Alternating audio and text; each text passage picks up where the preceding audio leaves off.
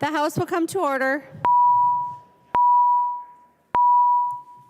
Prayer by the chaplain.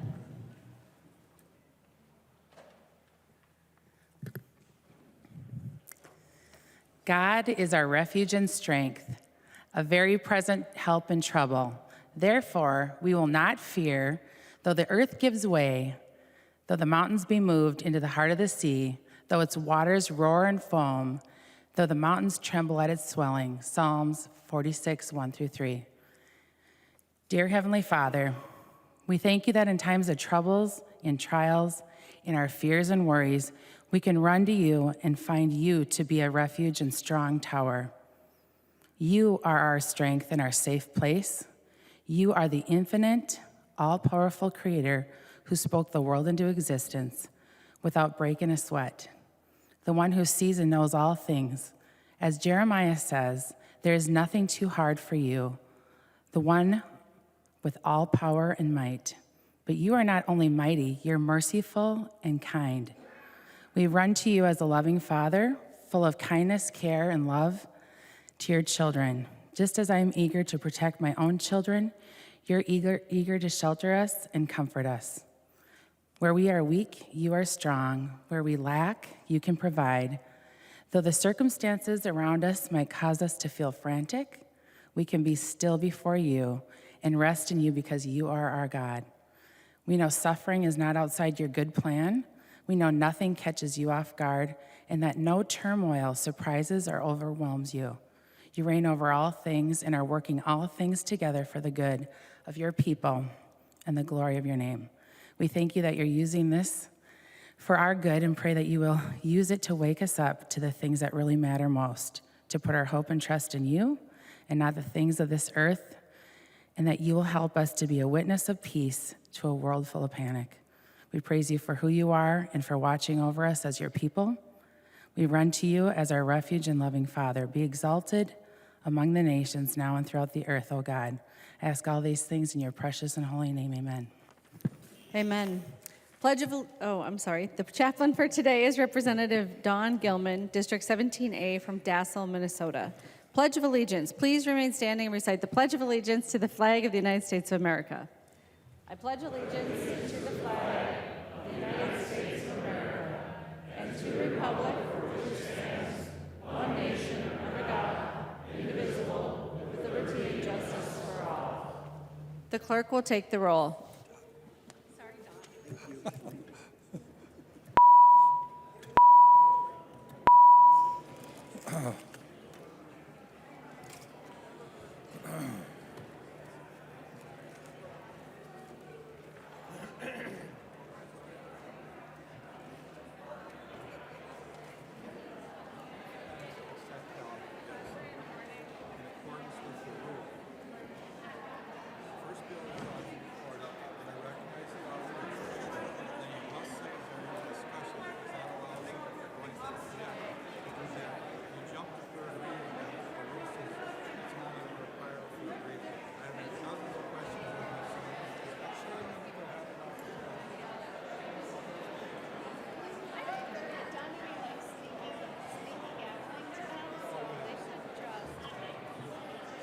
Very easy to do that because there's no amendments. There's a little pause in that one.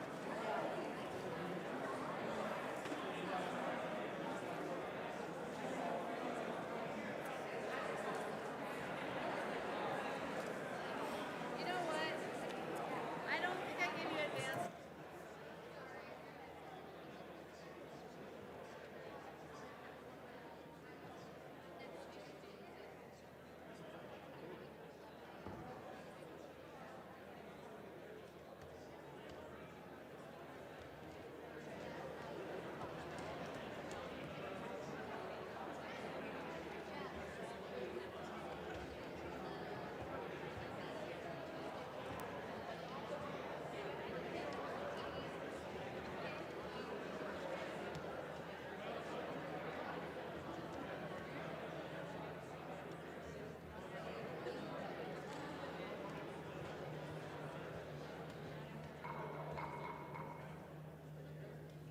Will the clerk please call the names of the members who are voting remotely? Newton.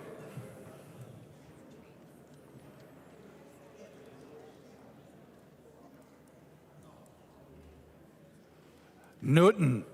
Oh. Pryor. Pryor, present. Pryor, present.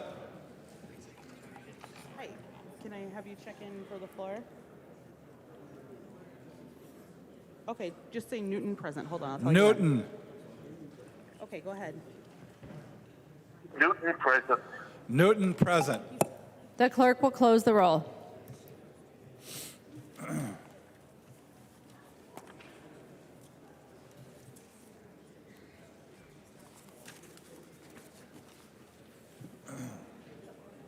A quorum is present. The clerk will read the journal of the preceding day. Journal of the House, 93rd Session, 2023, 40th day, St. Paul, Minnesota, Thursday, March 23rd, 2023. If there is no objection, further reading of the journal will be dispensed with, and the journal will be approved as corrected by the chief clerk. Hearing no objection, the journal is approved as corrected by the chief clerk.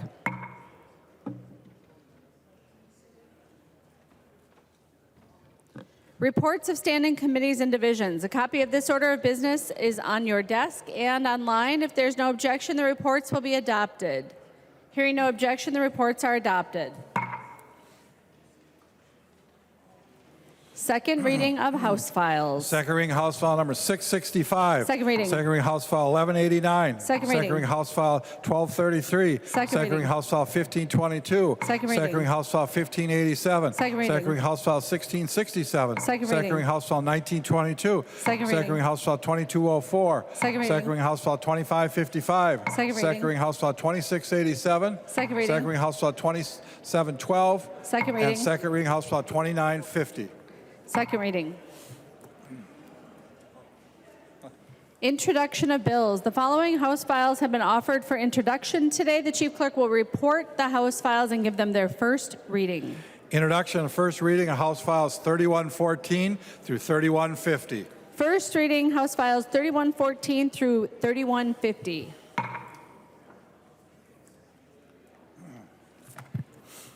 Messages from the Senate. Message from the Senate. Madam Speaker, I hereby announce the passage by the Senate of the following House file, herewith returned as amended by the Senate, in which amendments to concurrence of the House is respectfully requested. House File number 244, an act relating to uniform laws. Feist moves that the House concur in the Senate amendments to House File number 244 and that the bill be repassed as amended by the Senate. The member from Ramsey, to your motion.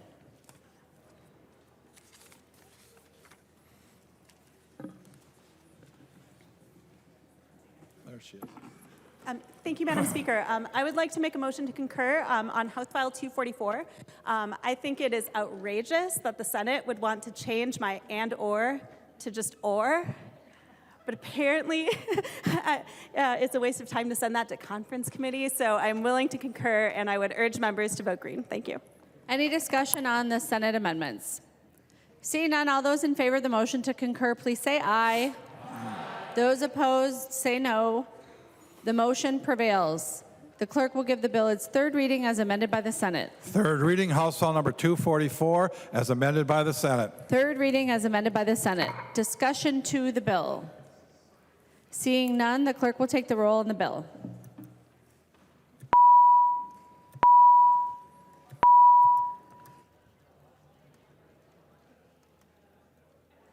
I think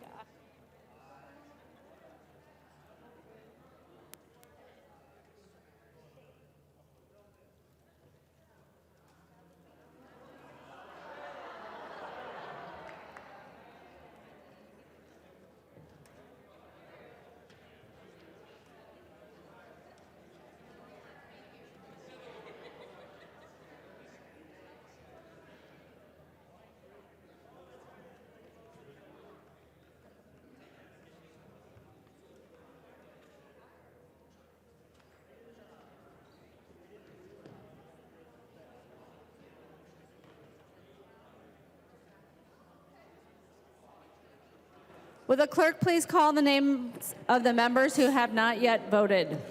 Newton. Here you go.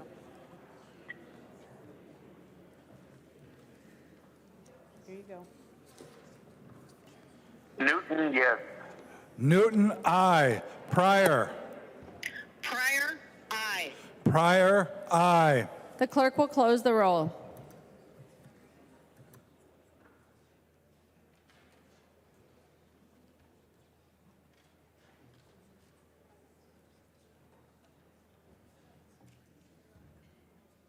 There being 130 ayes and 0 nays, the bill is repassed as amended by the Senate and its title agreed to.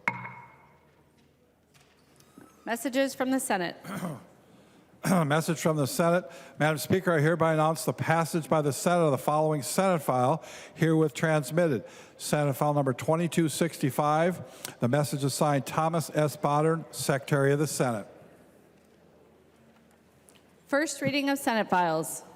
First reading of Senate file number 2265, an act relating to human services.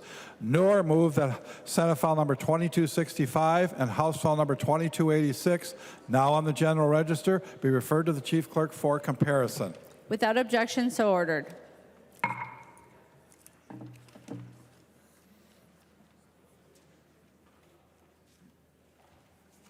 Calendar for the day. The first bill on the calendar for the day is House File 375. The clerk will report the bill. House file number 375, number 1 on the calendar for the day, an act relating to employment, the first engrossment. There are no amendments at the desk. The clerk will give the bill its third reading. Third reading, House file number 375.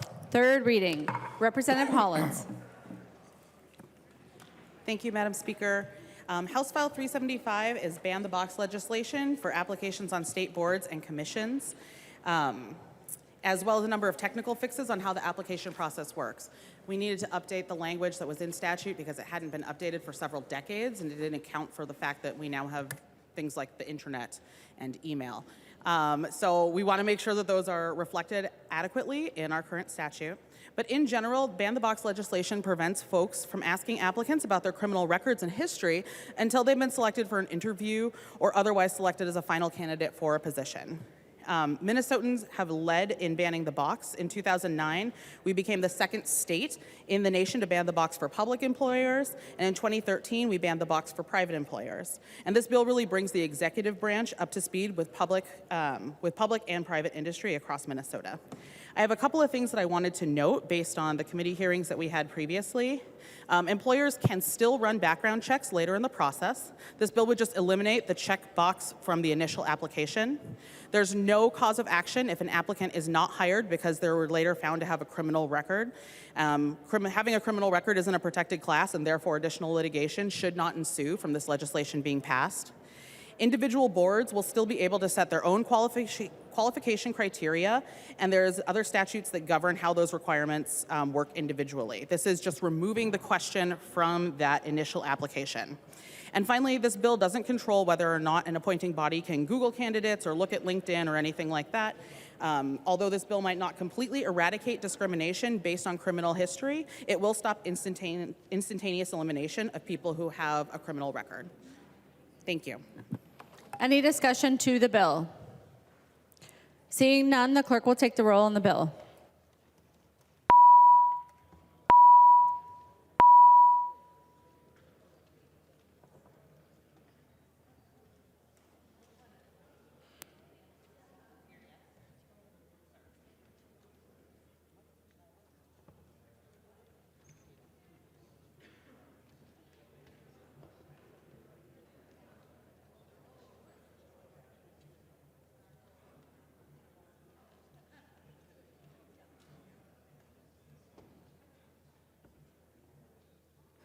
Members, please vote.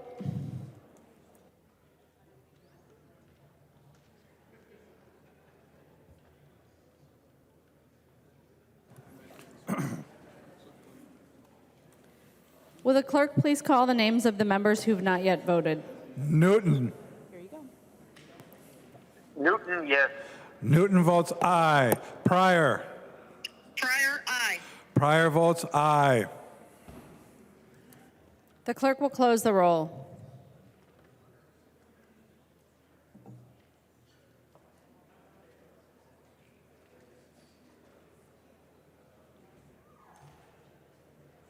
There being 82 ayes and 47 nays, the bill is passed and its title agreed to.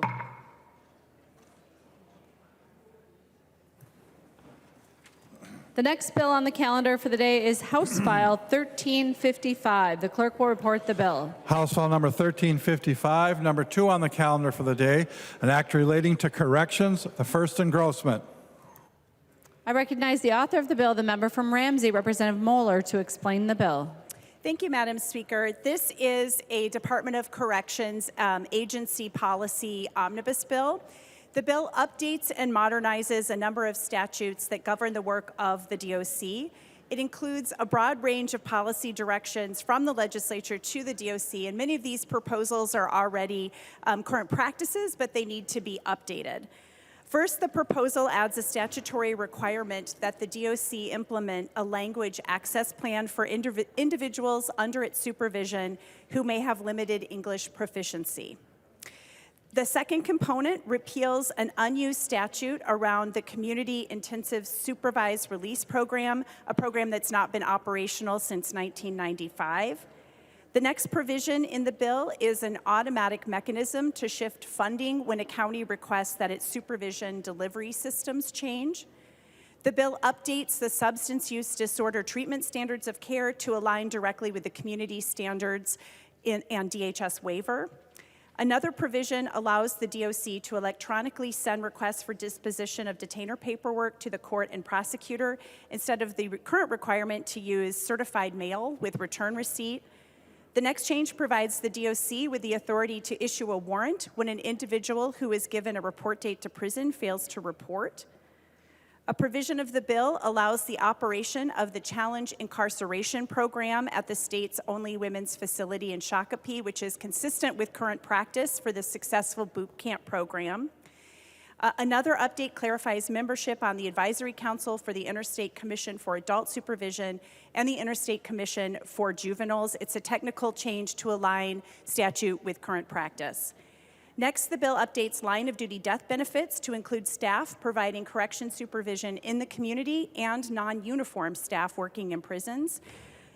The bill also includes an amendment of a bill that was carried by Representative Tabke to provide the DOC discretion in readmitting individuals to the Challenge Incarceration program. I know I received a lot of letters about that. I'm seeing some head nods. I think many of us did, so that's a fix to that issue.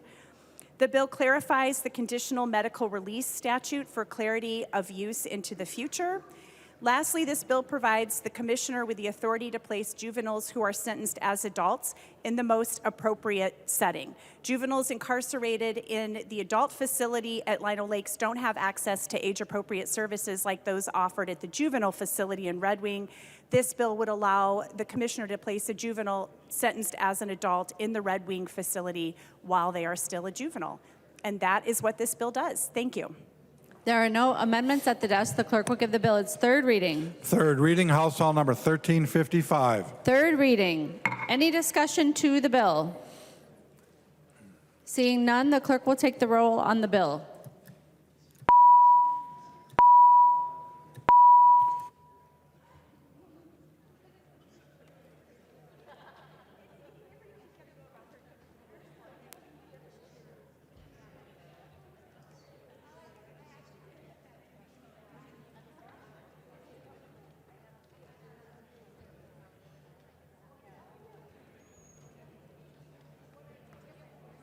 Members, please vote.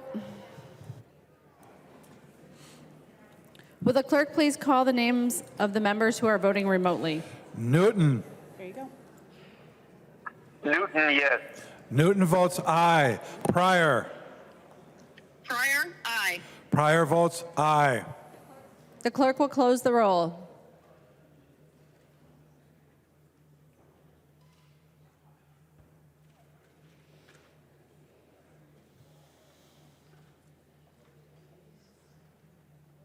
There being 130 ayes and 0 nays, the bill is passed and its title agreed to. The next bill on the calendar for the day is House File 1523. The clerk will report the bill. House File number 1523, number 3 on the calendar for the day, an act relating to corrections. I recognize the member from Ramsey, the author of the bill, Representative Curran, to explain the bill. Thank you, Speaker, and thank you, members. So today, House File 1523 is before us. This is an agency bill from DOC, and this bill is pretty simple and straightforward. It simply allows the current fugitive unit under DOC to operate in conjunction with local law enforcement, should local law enforcement give them that authority. So we're talking about a 13-person fugitive apprehension unit. If they happen to be in our communities while they're working on their own business and they were needed by your local police, this bill simply allows them to offer that assistance. There are no amendments at the desk. The clerk will give the bill its third reading. Third reading, House File number 1523. Third reading. Discussion to the bill. Seeing none, seeing none, the clerk will take the roll.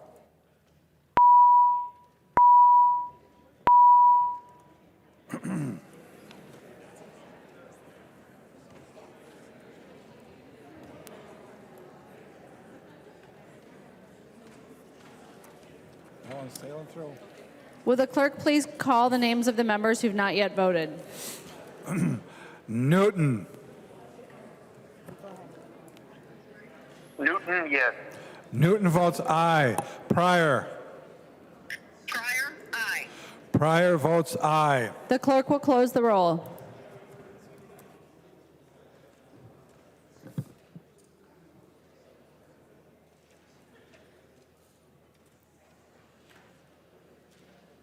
There being 130 ayes and 0 nays, the bill is passed and its title agreed to.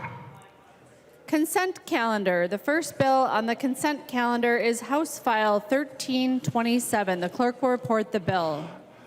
House File number 1327, number 3 on the consent calendar, an act relating to mass transit.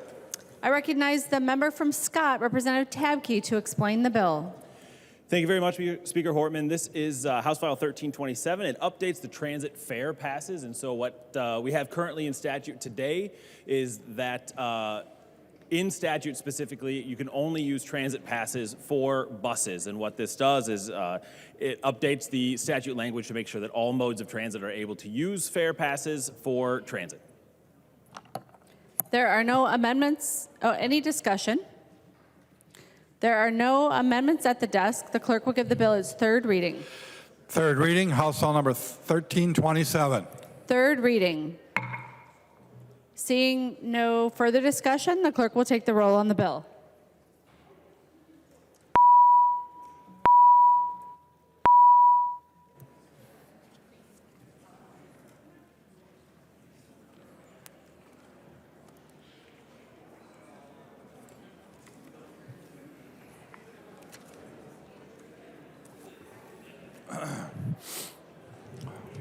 Members, please vote. Will the clerk please call the names of the members who are voting remotely? Newton. Newton, aye. Newton votes aye. Pryor. Pryor, aye. Pryor votes aye. The clerk will close the roll.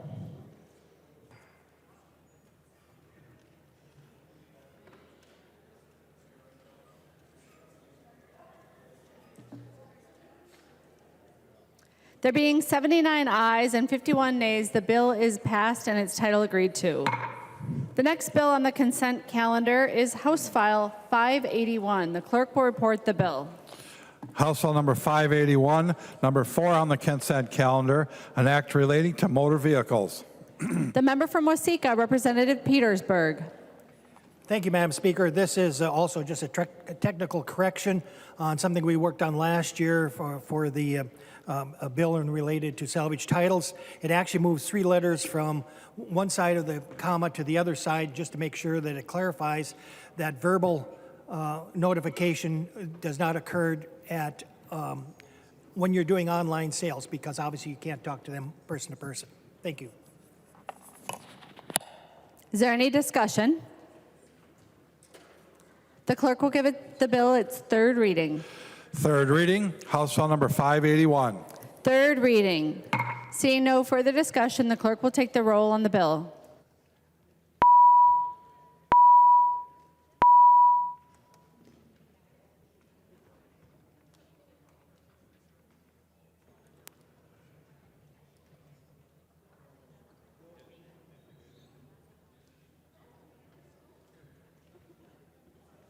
Members, please vote.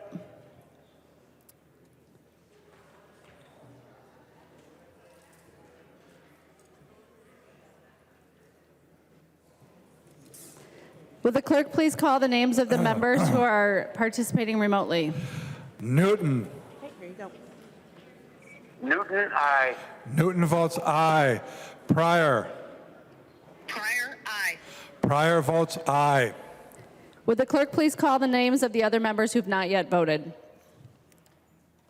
We don't do that. Members, please vote.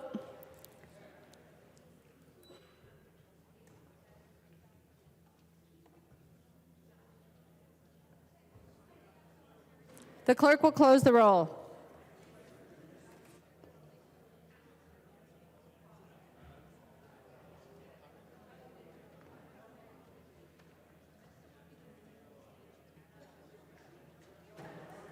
There being 130 ayes and 0 nays, the bill is passed and its title agreed to. Motions and resolutions. There's copies of the non-controversial motions at the House desk and online. If there's no objection, we'll take action on these motions first. Hearing no objection, the motions prevail. Announcements. Any announcements? The member from Hennepin, Representative Long.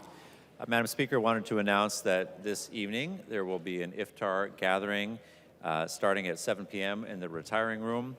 At 7:15 p.m. there will be brief remarks from leaders, including Governor Walz and Lieutenant Governor Flanagan. At 7:34 p.m. is the sunset, and then the breaking of the fast, and then we will proceed downstairs to the caucus room for food. So all members are welcome, and hope you'll be able to join us this evening. Any further announcements? Representative Long. Madam Speaker, I move that when the House adjourns today, it adjourns until 10:10 a.m. Tuesday, March 28th, 2023. Representative Long moves that when the House adjourns today, it adjourns until 10:10 a.m. Tuesday, March 28th, 2023. All those in favor, please say aye. Aye. Those opposed, please say no. The motion prevails. Representative Long. Madam Speaker, I move that the House do now adjourn. Representative Long moves that the House do now adjourn. All those in favor, please say aye. Those opposed, please say no. The motion prevails. The House stands adjourned until 10:10 Tuesday, March 28th, 2023.